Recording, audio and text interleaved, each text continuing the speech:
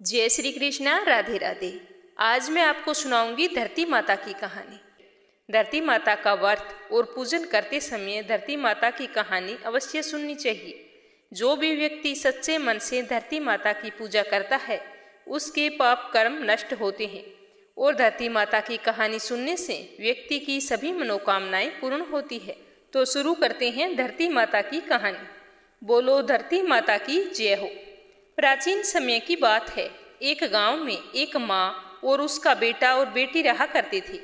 माँ गरीब थी, वह मेहनत मजदूरी करके अपने परिवार का पेट भरती थी।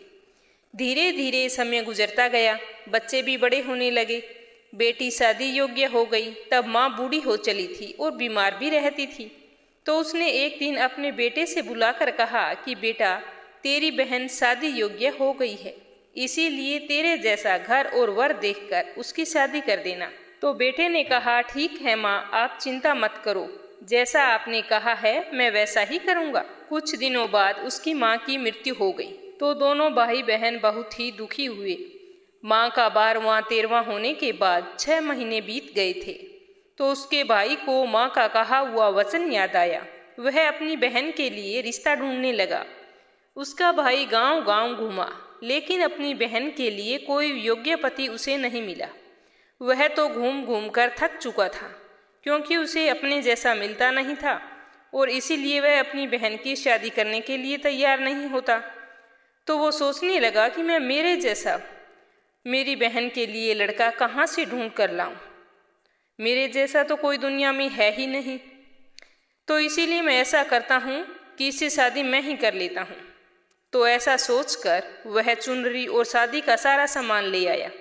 गांव वालों ने पूछा कि तू शादी का सामान लेकर आया है, रिश्ता तय कर दिया? तो उसने कहा, हाँ, मैं मेरे साथ ही शादी करूंगा। तो गांव वालों को इस बात पर बड़ा ही अचंभा हुआ।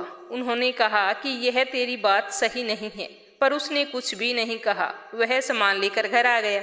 तब उसकी बहन ने पूछा कि भैया, तुम यह सारा सामान क्यों लेकर आए हो? तो वह बोला कि यह सामान तेरी शादी के लिए लेकर आया हूँ। तो एक दिन वह बाहर पानी लाने गई। तो गांव की औरतों ने उसे बताया कि तेरा भाई तुम्ही से शादी करने वाला है। तब बहन ने जाकर अपने भाई से पूछा कि भैया, मुझे गांव की औरतें ऐसा बोल रही थी, आप मुझे जवाब दो। तो इस पर भाई ने कोई भी जवाब नहीं दिया। तो उसकी बहन समझ गई कि गांव की औरतें सच कह रही थी। तो उसे बहुत ही दुख हुआ। वो सोचने लगी कि मैं क्या करूं, कैसे अपने भाई को रोकूं और कैसे कहूं कि ये नहीं हो सकता, ये अनर्थ है। उसने काफी सोच विचार के बाद एक लोटे में जल लिया और वो चुनरी ली और चप्पल पहनकर जंगल की तरफ चली गई। जैसे ही वो जंगल से गुजर रही थी तो जंगल में गाय चराने वाले ग्वालों ने उससे पूछा कि तुम कहाँ जा रही हो? तो वह कुछ भी नहीं बोली।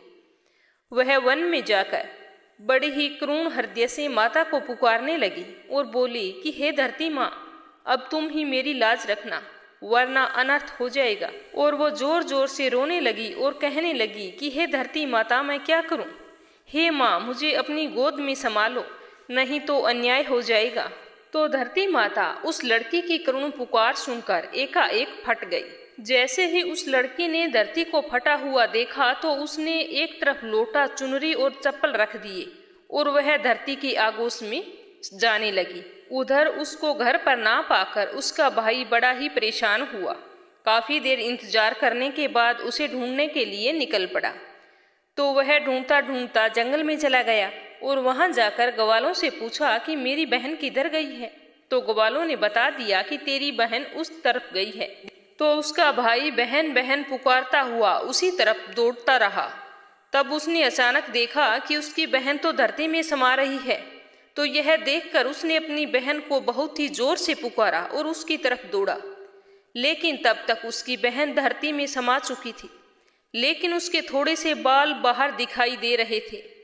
वह बहन के बालों को मुट्ठी में पकड़कर जोर जोर से रोने लगा और कहा कि बहन, तू सत्य के लिए धरती में समा गई? मेरी तो बुद्धि भ्रष्ट हो गई थी। माँ ने कहा था कि तेरे जैसा वर ढूंढकर तेरी बहन का विवाह कर देना। माँ का वचन निभाने के लिए मेरे जैसा वर मुझे नहीं मिला, इसीलिए मेरे मन में ऐसा विचार आया। ऐसा बोलकर वह जोर जोर से रोने लगा। पर धरती माँ ने सत्य के लिए बेटी को अपनी आगोश में ले लिया और जो बाल बाहर थे वो दूब बन गई। इसीलिए आज भी औरतें बैसाख और कार्तिक माह में धरती माता की कहानी अवश्य सुनती है और कहानी सुनने के बाद में चुनरी, चप्पल, लोटा और एक बर्तन में हरी मूंग डालकर कुंवारी कन्या को देती है। माना जाता है कि जो भी धरती माता की कहानी कहता है या सुनता है, धरती माता सदैव उसकी रक्षा करती है, वो हमेशा सुखी और संपन्न रहता है। हे धरती माता की कहानी कहने वाले की, सुनने वाले की और हुंकारा भरने वाले की सभी की मनोकामनाएं पूर्ण करना और उनको सुखी रखना। बोलो धरती माता की जय हो। धरती माता की दूसरी कहानी। एक ब्राह्मणी थी, वह बहुत ही धार्मिक विचारों वाली महिला थी। सभी गांव वाले उसका बहुत ही सम्मान करते थे। कोई भी उसकी शरण में आता तो वह उसकी मदद किया करती थी। मन ही मन भगवान का स्मरण किया करती थी। भगवान की सेवा, पूजा पाठ व जरूरतमंदों की मदद करना उसका परम धर्म था। ऐसा करते करते समय बीतता गया। ब्राह्मणी बिल्कुल बूढ़ी हो चली थी। एक दिन उसे भगवान के घर से बुलावा आया। ब्राह्मणी मरकर भगवान के पास गई। वहां जाकर बोली कि मुझे बैकुंठ का रास्ता बताओ। तो स्वर्ग से एक दूत आया और बोला, ब्राह्मणी आपको क्या चाहिए? तो वो बोली कि मुझे बैकुंठ का रास्ता बता दो। तो आगे आगे दूत और पीछे पीछे ब्राह्मणी मंदिर तक चले गए। ब्राह्मणी बहुत ही धार्मिक महिला थी। उसने बहुत ही दान पुण्य किए थे, तो उसे पूरा विश्वास था कि उसके लिए बैकुंठ का रास्ता अवश्य खुलेगा। ब्राह्मणी ने वहां जाकर देखा तो वहां पर बड़ा सारा मंदिर, सोने का सिंहासन, हीरे मोती से जड़ी हुई छतरी थी। चित्रगुप्त जी न्याय सभा में बैठे थे। साक्षात इंद्र के समान शोभा पा रहे थे और न्याय नीति से अपना राज्य संभाल रहे थे। यमराज जी सबको अपने अपने कर्मानुसार दंड दे रहे थे। तो ब्राह्मणी ने वहां जाकर प्रणाम किया और कहा कि मुझे बैकुंठ जाना है। तो चित्रगुप्त ने लेखा जोखा सुनाया और कहा कि ब्राह्मणी, तुमने बहुत सारे दान पुण्य किए हैं, परंतु धरती माता की कहानी नहीं सुनी, इसीलिए तुम्हारे सिर पर धरती माता का कर्ज है। बैकुंठ में कैसे जाओगी? तो ब्राह्मणी बोली, धरती माता की कहानी के क्या नियम है मुझे नहीं पता। तो चित्रगुप्त जी बोले कि कोई 1 साल, कोई 6 महीने, कोई 7 दिन ही सुने, पर धरती माता की कहानी अवश्य सुननी चाहिए। फिर उसके बाद इसका उद्यापन कर देना चाहिए। धरती माता की कहानी सुनने से जाने अनजाने किए हुए पाप कर्मों को धरती माता हर लेती है। स्वर्ग लोक में धर्म को ही स्थान प्राप्त है, इसीलिए पाप के लिए कोई भी जगह नहीं है। धरती माता की कहानी पीपल के पेड़ के नीचे बैठकर सुननी चाहिए।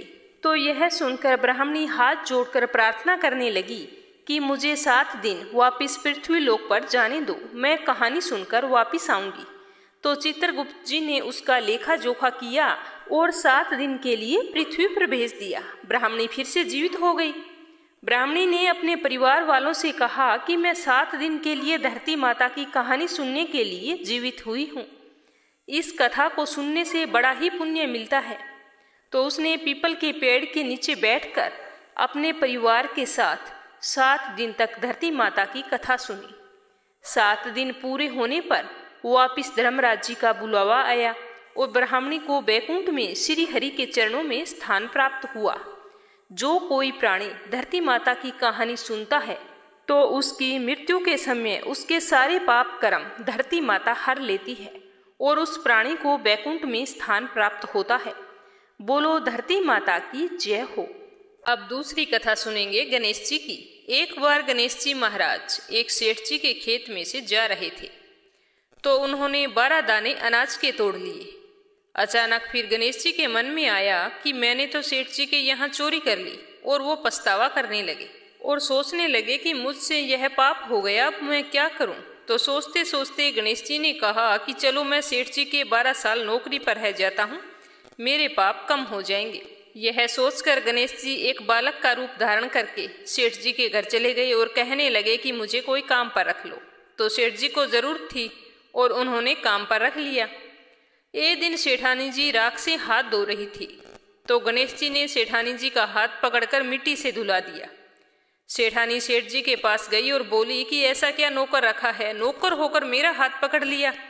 तो गणेश जी को बुलाकर सेठ जी ने कहा कि क्यों भाई तूने ऐसा क्यों किया, सेठानी का हाथ क्यों पकड़ा तूने। तो गणेश जी ने कहा कि मैंने तो एक सीख की बात बताई है कि राख से हाथ धोने से घर की लक्ष्मी नाराज होकर चली जाती है और मिट्टी से हाथ धोए तो लक्ष्मी लौट कर आती है। तो सेठ जी ने कहा कि गणेश जी है तो सच्चा। ऐसा करते करते कई दिन बीत गए। थोड़े दिनों बाद कुंभ का मेला आया। सेठ जी ने कहा कि मुझे तो टाइम नहीं है, गणेश तू सेठानी को कुंभ के मेले में स्नान करवा के ले आओ। तो गणेश जी सेठानी को लेकर कुंभ के मेले में चले गए। तो वहां जाकर सेठानी तो किनारे पर बैठकर थोड़ा थोड़ा पानी डालकर नहा रही थी। तो गणेश जी ने उसका हाथ पकड़ा और आगे ले जाकर डुबकी लगवाकर वापस ले आई।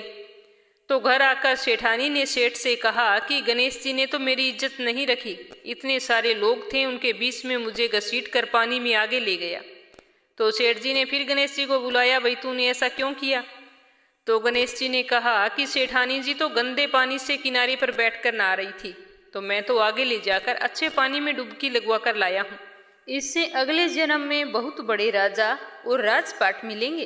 तो सेठ जी ने सोचा कि गणेश जी है तो सच्चा।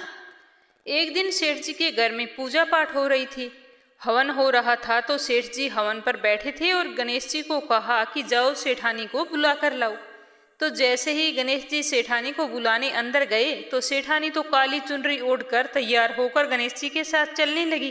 तो गणेश जी ने उस चुनरी को उतार कर फाड़ दिया और कहा कि लाल रंग की चुनरी ओढ़ के चलो। तो सेठानी नाराज होकर सो गई। उधर हवन पर बैठे हुए सेठ जी सेठानी का इंतजार कर रहे थे। काफी देर हो चुकी थी, सेठानी जी बाहर नहीं आए। तो सेठ जी उठकर स्वयं अंदर गए तो देखा तो सेठानी जी सो रही थी। तो सेठ जी ने कहा कि क्या बात है। तो सेठानी बोली कि आज तो गणेश जी ने हद ही कर दी, मेरी चुनरी फाड़ दी। तो सेठ जी ने गणेश जी को बुलाकर बहुत डांटा और कहा कि तुम बहुत बदमाशी करते हो। तो गणेश जी ने कहा कि पूजा पाठ में काले रंग का वस्त्र नहीं पहनते, इसीलिए मैंने तो सिर्फ लाल वस्त्र पहनने के लिए बोला था।